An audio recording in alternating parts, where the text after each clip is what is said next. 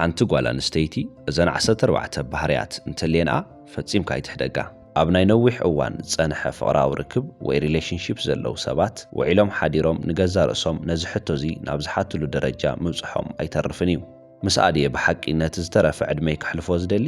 ንሳ ድያ ብሓቂ እታ ንዓይ ትኸውን ኣብ መላእ ዓለም ዝርከቡ ሳይንቲስታት ብዛዕባ ፍቕርን ርክባትን ኣብ ዝምልከት መጽናዕቲ ኣካይዶም እዮም ሰባት ከመይ ገይሮም ተስማሚዖም ክነብሩ ከም ዝኽእሉን ፊት ከም ዝገብሩን ከምኡውን ሓደ ሪሌሽንሺፕ ወይ ድማ ፍቕራዊ ርክብ ሕጉስን ነባርን ንምግባር እንታይ ዓይነት ባህርያት ከም ዘድሊ ንምርዳእ ማዕለያ ዘይብሉ ሰዓታት ሕሊፎም እዮም ኣብዚ ቪድዮ እዚ ነቲ ካብዚ መጽናዕትታት ዝተረኸቡ ኣዝዮም ኣገደስትን ኣገረምትን ውጽኢታት ብኸምዚ ዝስዕብ ኣዳልየልኩም ኣለኹ እታ ኣብ ጎንኻ ዘላ ጓል ኣንስተይቲ እዞም ዝስዕቡ ባህርያት እንተልየምዋ ፈጺምካ ይትሕደጋ ዘይትለዋወጥ እንተኾይና ዘይትለዋወጥ ማለት እቲ መንነታን ባህሪያን ካብቲ ፈለማ ዝተላለኹምሉ መዓልቲ ጀሚሩ ዘይተቐየረ ማለት እዩ ነዚ ንምርዳእ ነቲ ተጻራሪኡ ሕሰብ ንሱ ድማ ተለዋዋጢ ባህሪ እዩ ሓደ ሰብ ዘይተገማቲ ወይ ድማ unpredictable እንተኾይኑ ከመይ ከም ዝሕዘካ ክትፈልጥ ኣይትኽእልን ኢኻ ሎሚ ብፍቕሪ ክትቐርበካ ኸላ ጽባሕ ግና ብዘይ ዝኾነ ምኽንያት ክትዝሕለካ ትኽእል እያ እዚ ባህሪ እዚ ኣዝዩ ዘሰልቺ እዩ እቲ ናይ ስምዒት ምልውዋጥ ኣብ መወዳእታ ንኹሉ ሜንታል ኢነርጂኻ እዩ ዘባኽኖ ስለዚ ኣብ ገዛኻ ካልኣይ ውግእ ክጽበየካ የብሉን ንሳ ዘይለዋወጥ ባህሪ ክህልዋ ከሎ ሎሚ ደኣ ኸመይ ክትኾነለ እያ ኢልካ ግዜኻ ስለ ዘይተጥፍእ ሙሉእ ሓይልኻ ኣብ ዕላማኻ ጥራይ ክተውዕሎ ትኽእል ኢኻ ቅንዕትን ሓቀኛን እንተኾይና ንመጻምትኻ ክትኣምና እንተዘይኽኢልካ ወይ ነቲ እትብሎ ቃል ክትቐበሎ እንተዘይኽኢልካ ከመይ ጌርካ ምስኣ ድልዱልን ነባርን መጻኢ ክትሃንጽ ትኽእል መጽናዕትታት ከም ዘረጋግጽዎ ደቂ ተባዕትዮ ናይ ነዊሕ ግዜን ሲሪየስን ዝኾነ ርክብ ክሃንጹ ኣብ ዝደልዩሉ እዋን ሓቀኛ መጻምቲ ኣብ ጎኖም ክትህሉ እዮም ዝያዳ ዝደልዩ ኩሉ ሰብ ሓሓሊፉ ይጋገ እዩ ወይ ድማ ጌጋ ውሳነታት ይውስን ስለዚ ድማ እዩ ምስ ተጋገኻ ብትብዓት ተጋጊኻ ኢኻ ክትብለካን ናብቲ ትኽክለኛ መንገዲ ወይ ድማ መስመር ክትመልሰካን እትኽእል ጓል ኣብ ጎንኻ ክትህሉ ኣዝዩ ኣገዳሲ ይኸውን ክትሰማማዕ ፍቓደኛ እንተኾይና እንታይ ማለት እዩ ዝኸ ክትብሉ ትኽእሉ ኢኹም ኣብ ርክብኩም ኩሉ ነገር ምቹው ኮይኑ ክኸይድ ከሎ ኮሚትድ ኮይንካ ምቕጻል ኣዝዩ ቀሊል እዩ ግናኸ ህይወት ኩሉ ግዜ ጸገም ዘይብላ ኣይኮነትን ውዒልኩም ሓዲርኩም ንስኻን መጻምትኻን ኣብ ሓደ ነገር ዘይምስምዕማዕኹም ኣይተርፍን እዩ እዚ ድማ ሙሉእ ብሙሉእ ንቡርን ዘይተርፍን ሓቂ እዩ ይኹን እምበር ሓደ ርክብ ነባሪ ክኸውን ዝኽእል ክልቴኹም ሓሳብ ንሓሳብ ተላዚብኩም ኣብ ማእኸል ንምርኻብ ወይ ድማ ንምስምዕማዕ ናይ ሓቂ ፍቓደኛታት ክትኾኑ ከለኹም ጥራይ እዩ ሳይንቲስታት ከም ዝብልዎ እቶም ከምዚ ዓይነት ስጉምቲ ንምውሳድን ኣናእሽቲ መስዋዕትታት ንምኽፋል ፍቓደኛታት ዝኾኑ መጻምድቲ እዮም ኣብ መወዳእታ ነዊሕን ሕጉስን ርክብ ዝህልዎም ሕያወይትን ርህርህትን እንተኾይና እቲ ናይ ሓቂ መፍትሕ ናይ ነዊሕን ሕጉስን ርክብ ወይ ድማ ሪሌሽንሺፕ ኣብ ሰለስተ ነገራት ዝተመርኮሰ እዩ ንሱ ድማ ሕያዋይነት ልግስን ምርድዳእን እዩ ህይወት ፈታኒት እያ ስለዚ ድማ ኣብ ገዛ ርእስና እምነት ኣብ እንስእነሉን ኣብ እንጠራጠረሉን እዋን ከይተረፈ ብሓቂ ኣዋና ዝኣምን ሰብ የድልየና እዩ ከበድቲ እዋናት ወይ ድማ ጸገማት ኣብ ዘጋጥሙና ግዜ ኩነታትና ብግቡእ ክትርዳእ እትኽእል መጻምቲ ተድልየና ንመጻምትኻ ናይ ሓቂ ርህራሄ ምርኣይ ደጀን ምዃንን ከየቋረጽካ ምትብባዕን ሓደ ዕዉት ዝኾነ ርክብ ወይ ድማ ሪሌሽንሺፕ ንምህናጽ እቲ ዝዓበየ መሰረት እዩ ንሰባት ዘለዋ ክብሪ ብገንዘብ ኣይዕደግን እዩ ምስ ዋጋ ናይቲ ትኽደኖ ክዳን ወይ ምስቲ እትሰርሖ ስራሕ ድማ ዋላ ሓንቲ ርክብ የብሉን ሓቀኛ ርክብ ሓደ ፍሉይ ዝኾነ ኢነርጂ እዩ እቲ ብህይወት እተርእዮ ግርማን መን ምዃኖም ዘየገድስ ኣብ ከባቢኣ ንዘለዉ ሰባት እትህቦም ኣኽብሮትን እዩ ሓንቲ ብባህርያ ህድእቲ ርእሰ ተኣማንነት ዘለዋን ትሕትን ጓል ሽዑ ንሽዑ እያ ትስሕበካ እቲ ዝዓበየ ሚስጥር ግና እዚ እዩ ክብሪ ዘለዋ ጓል ዋጋኣ ንምርኣይ ክትብል ንኻልኦት ሰባት ኣይተዋርድን እያ ኣብ ክንዱስ ኣብ ዝኸደትሉ ቦታ ኩሉ ነቲ ዘሎ ሃዋህው ወይ ድማ ኣቶሞስፌር ብኣወንታዊ መንፈስ እያ ትቕይሮ ኣብ ግዜ ጸበባ ወይ ወጥሪ እውን ከይተረፈ ንነብሳ ብኸመይ ክትሕዛ ከም ዘለዋ ትፈልጥ እያ እዚ ድማ ካብቲ ደጋዊ ትርኢታ ንላዕሊ ነቲ ውሽጣዊ ጥንካረኣን ብስለታን እዩ ዘንጸባርቕ ምስ ወለዳ ጽቡቕ ርክብ ዘለዋ እንተኾይና ድሕሪ 30 ዓመት መጻምትኻ ከመይ ከም እትሕዘካ ክትፈልጥ እንተደሊኻ ሕጂ ንወለዳ ኸመይ ከም እትሕዞም ኣጸቢቕካ ተዓዘብ ወይ ድማ ኣስተውዕል። እዚ ክበሃል ከሎ ግና እቲ ምስ ወለዳ ዘለዋ ርክብ ወትሩ ፍጹም ወይ ድማ ዋላ ሓንቲ ጸገም ዘይብሉ ክኸውን ኣለዎ ማለት ኣይኮነን። ዋላ ሓደ ፍጹም ዝኾነ ስድራቤት የለን። ይኹን እምበር ኣብ ስድራ ቤታ ዘሎ ኩነታት እተተኣናግደሉ ወይ ድማ እትሕዘሉን መንገዲ ዓብዪ መርአይ እዩ። ምስ ወለዳ ዘለዋ ርክብ ክትርዳእ ምኽኣልካ ኣብቲ ናይ ፍቕሪ ርክብኩም እውን ከይተረፈ ክተንጸባርቆ ወይ ክትደግሞ እትኽእል ኣወንታውን ኣሉታውን ልምድታት ንምፍላጥ ይሕግዘካ። ብሓባር ዝሓሸ መጻኢ ንምህናጽ ዘሎ እንኮ መንገዲ ነዞም ዝወረሰቶም ባህርያት ወይ ድማ ልምድታት ሎሚ ብግቡእ ክትፈልጦምን ክትነቕሓሎምን ከለኻ ጥራይ እዩ። ጉድለትካ እትቕበል እንተኾይና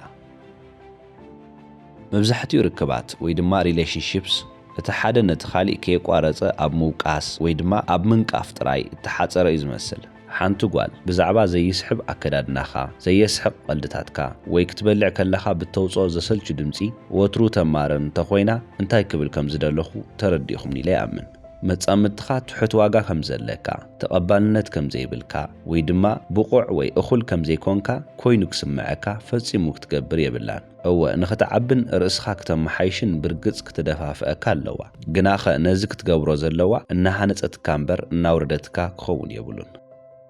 መሰረታዊ ዝበሃሉ ክብርታትካ ወይ ድማ ቫልዩስ እትካፈል እንተኾይና መብዛሕትኡ ክብርታትና ወይ ድማ ቫልዩስ ኢልና ንጽውዖም ነገራት ካብቲ ዝዓበናሉ መንገዲ እዮም ዝመጹ። እዞም ክብርታት እዚኣቶም ንምንታይ ኣገዳስነት ከም እንህብ፣ ብምንታይ ኣጥቢቕና ከም እንኣምን፣ ንኻልኦት ሰባት ከመይ ትሪት ከም እንገብርን፣ ከምኡውን ኣብ መወዳእታ ንገዛ ርእስና ከመይ ከም እንሕዛን ይቐርጹን ይውስኑን እዮም። ዋትስ ኢምፖርታንት እዩ ንዓኻ ብሓቂ ኣገዳሲ ዝኾነ ነገር እንታይ እዩ? ምስ ሓደ ሰብ መጻኢ ህይወትካ ክትሃንጽ ክትውስን ከለኻ ኣብቶም መሰረታውያንን ድርድር ዘይብሎምን ዓበይቲ ጉዳያት ህይወት ሓደ ዓይነት መርገጺ ክህልወኩም ኣለዎ። ክሳብ ክንደይ በኣኣ ከም እትሰሓብን ወይ እውን ኣብ መዓልታዊ ህይወትኩም ብሓባር ክሳብ ክንደይ ደስ ዝብል ግዜ ከም እትሕልፉ ዋላ ሓንቲ ትርጉም የብሉን። እቶም መሰረታውያን ክብርታትኩም ዘይሰማምዑ ወይ ድማ ዘይቃደው እንተኾይኖም ድሕሪ ነዊሕ ግዜ ምግጫውኩምን ምብትታንኩምን ዘይተርፍ ሓቂ እዩ። ኣእሙሮኣ ዝፍትነካ እንተኾይኑ ወይ ድማ ኢንቴሌክቹዋሊ ቻሌንጂንግ እንተኾይና ብኻሊእ ኣባሃህላ በላሕ ጓል እንተኾይና ማለት እዩ። ናይ ሓደ ሰብ መልክዕ ወይ ድማ ሉክስ መብዛሕትኡ ግዜ ኣብ ፈለማ ከም ዝስሕበና ክንክሕዶ ኣይንኽእልን ኢና። ካብ ርሑቕ ኮንካ ሓደ ብሉፅ ስብዕና ወይ ድማ ፐርሰናሊቲ ዘለዎ ሰብ ንምፍላጥ ኣዝዩ ኣጸጋሚ እዩ። ሾርት ተርም ሪሌሽንሺፕ ወይ ድማ ግዝያዊ ዝምድናታት ኣብ ኣካላዊ ስሕበት ወይ ድማ ፊዚካል ኣትራክሽን ጥራይ ዝተሃነጹ እዮም። ግናኸ እዚ ክሳብ ክንደይ ዝኣክል ግዜ ክጸንሕ ይኽእል። እቲ ዕላል ወይ ድማ ኮንቨርሴሽን ዘሰልቹን ዕምቆት ዘይብሉን ኣብ ዝኾነሉ እዋን መጻምድቲ ወይ ድማ ካፕልስ መብዛሕትኡ ግዜኦም ብኣካላዊ ንጥፈታት ጥራዮም ዘሕልፍዎ። ይኹን እምበር ኣብ ኣካላዊ ስሕበት ጥራይ ተመርኪስካ ምስ ሓደ ሰብ ሓቀኛን ነባርን ምትእስሳር ምህናጽ ፈጺሙ ዘይከኣል እዩ። ኣእምሮኻ ቻሌንጅ እትገብርን ብዛዕባ ኣገደስቲ ወይ ድማ ትርጉም ዘለዎም ኣርእስትታት ዓሚቕን ሓቀኛን ዝርርብ ክትገብር እትኽእል ጓል ኣንስተይቲ ድሕሪ ግዜ ካብታ ጽባቐ ጥራሕ ዘለዋ ጓል ኣንስተይቲ ኣዝያ ዝበለጸት እያ። በተሓሳስበኣ ኣእምሮኻ ትፍትኖ ተኾይና ኣጥቢቕካ ሓዛ። ቅንኢ ክቆጻጸራ ፈጺማ ኣይትፈቅድን እያ። ኣብ ዝኾነ ርክብ ወይ ድማ ሪሌሽንሺፕ ቁሩብ ቅንኢ ምህላው ሙሉእ ብሙሉእ ንቡር ባህሪ እዩ። ግናኸ ኣብ መወዳእታ ክልቲኦም መጻምድቲ ብመንነቶም ኣጸቢቖም ዝተኣማምኑን ውሽጣዊ ምርግጋዕን ዘለዎም ክኾኑ ኣለዎም። ኣእምራዊ ጉልበትኩም ወይ ድማ ሜንታል ኢነርጂኹም ኣብ ትርጉም ኣልቦ ጥርጣረታት ክተባኽንዎ የብልኩምን። ናይ ሓቂ ሕጉስ ህይወት ክትመርሕ እንተደሊኻ ምትእምማንን ሓደ ዓይነት ሰንስ ምህላውን ድርድር ዘይብሎም ወይ ድማ መተካእታ ዘይብሎም ነገራት እዮም። ስፔስ ምህላው ወይ ድማ ናጽነት ምህላውን ንውልቃዊ ዕቤትካ ኣዝዩ ወሳኒ እዩ። እዚ ክውን ዝኸውን ግና ነዚ ንምፍቃድ ዘኽእል እኹል ምትእምማን ኣብ መንጎኹም ክህሉ ከሎ ጥራይ እዩ። ብሓቂ በሳልን ሃይ ቫልዩ ዘለዋ ጓል ኣንስተይቲ ነቲ ዘድልየካ ናጽነትን ቦታን ብዘይገለ ጸገም ክትህበካ እያ። እዚ ዝኸውን ግና እቲ ንሳ ኣባኻ ዝሕደረቶ እምነት ክሳብ ዘይጠለምካዮ ጥራይ እዩ። ዕላማታትካ እናደገፈት ናታ ዕላማ እውን እተሰላስል እንተኾይና